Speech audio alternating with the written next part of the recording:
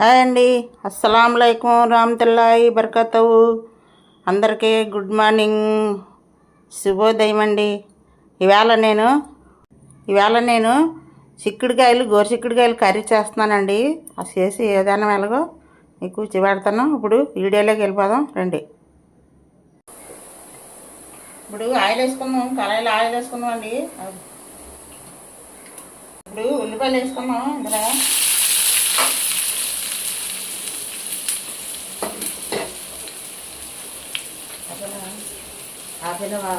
వేసుకున్నాం. ఇప్పుడు టమాటీలు వేసుకున్నాం. ఇందులో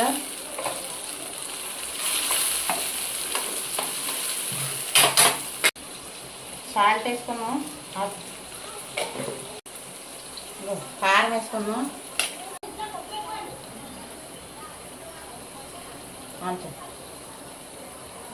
అల్లం వెల్లుల్లి పేస్ట్ వేసుకున్నాం. ఇందులో గొరిచిక్కుడుకాయలు వేసుకున్నాం. ఇందులో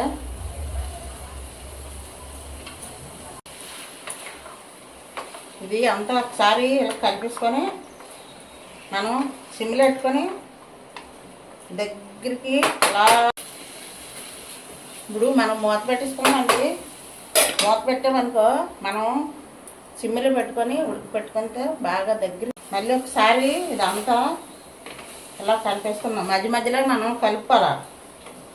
కలుపుకుంటే కూర అడుగు పట్టకుండా దగ్గరికి అలా ఉడుకుతుందండి, బాగా ఉడుకుతుంది. మళ్ళీ ఒకసారి మూత పట్టేసుకొని ఒక 10 నిమిషాలు ఉంచాలి. ఒక పావుగంట ఉంచామనుకో చాలా సూపర్గా ఉడుకుతుంది.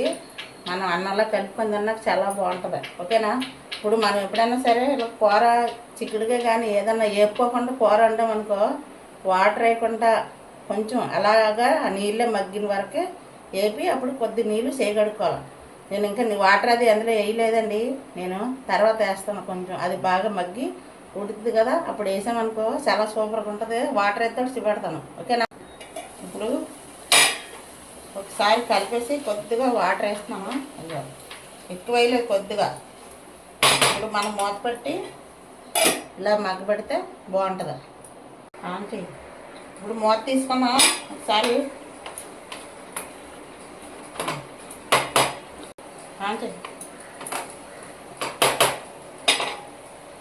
అయిపోయిందండి, బాగా ఉడికిపోయింది.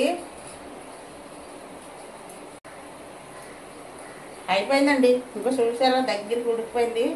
ఇప్పుడు మనం గోరుచిక్కుడుకాయ తింటే ఇందులో ఎక్కువ ఫైబర్ ఉంటుందండి, పీచు పదార్థాలు ఉంది. దీనివల్ల చాలా మన ఒంటికి మంచిది.